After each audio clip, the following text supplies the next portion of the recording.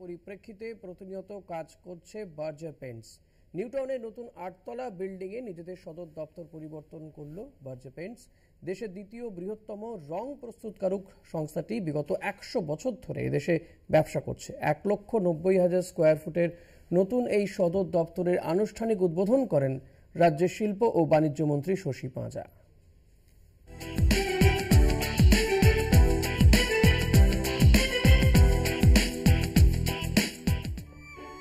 1923 সালে হাওড়ায় একটি কারখানা দিয়ে পথ চলা শুরু করেছিল রং প্রস্তুতকারক সংস্থা বার্জার পেইন্টস।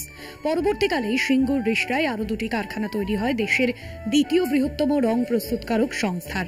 আগামী দিনে পানাগড়ে 30 একর জায়গায় নতুন করে আরো একটি কারখানা তৈরির পরিকল্পনা নেওয়া হয়েছে। 2026 সালের মধ্যে সেখানেও কাজ শুরু হবে বলে জানিয়েছেন সংস্থার এমডি ও সিইও অভিজিৎ রায়। তো আমাদের হেড অফিস আছে, 3টে ফ্যাক্টরি রয়েছে, আর একটা নতুন পানাগড়ে এখন খুলতে চলেছি। তো 4টে ফ্যাক্টরি হয়ে যাবে ওয়েস্ট বেঙ্গলে। We are heavily invested in this state. মানে আমাদের বিশ্বাস যে এই স্টেটে যথেষ্ট ভালো অপরচুনিটি আছে এবং গভর্নমেন্টের তরফ থেকে সবসময় সাপোর্ট থাকে।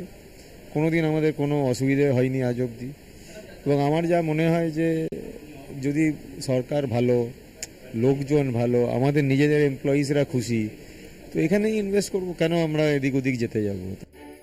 গত 100 বছরে দেশের সংসদ ভবন থেকে বন্দে ভারত, কলকাতা মেট্রো, মুম্বাইয়ের ওয়াংখেড়ে স্টেডিয়াম সহ বিভিন্ন ঐতিহ্যশালী ভবনে রঙের ছোঁয়া দিয়েছে বার্জার পেইন্টস।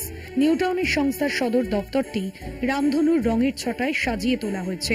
রয়েছে আর্ট গ্যালারি, মিউজিয়াম। हमारा टैगलाइन है पेंट योर इमेजिनेशन। अब इमेजिनेशन वो है जो आप जो भी इमेजिन करोगे किसी एरिया में करोगे। तो अगर आपको ड्रीम है, अगर आपकी इमेजिनेशन है तो पॉसिबल होएगा। सेल्फ फुलफिलिंग प्रोफेसी होती है। तो अगर आप किसी चीज़ में बिलीव करते हो और ड्रीम करते हो और आपको चाहिए वो, तो वो ज़रूर पॉसिबल होगा। तो कलर में भी वही है, कलर अपलिफ्ट करता है मूड, कलर साइकोलॉजी है, कलर का हमारी लाइफ में बहुत ज़्यादा इम्पोर्टेंस है। এ রাজ্যে 4000-এরও বেশি কর্মী প্রত্যক্ষভাবে বার্জার পেইন্টসে কাজ করছেন। পাশাপাশি 5 লাখেরও বেশি পেইন্টার পরোক্ষভাবে এই সংস্থার কাজের সঙ্গে জড়িয়ে রয়েছেন। 2030 সালে 20,000 কোটি টাকার মুনাফা ছোঁয়ার লক্ষ্যমাত্রা রাখা হয়েছে। ক্যামেরায় মৃন্ময় চক্রবর্তীর সঙ্গে সত্যসুন্দর ভট্টাচার্য, কলকাতা টিভি।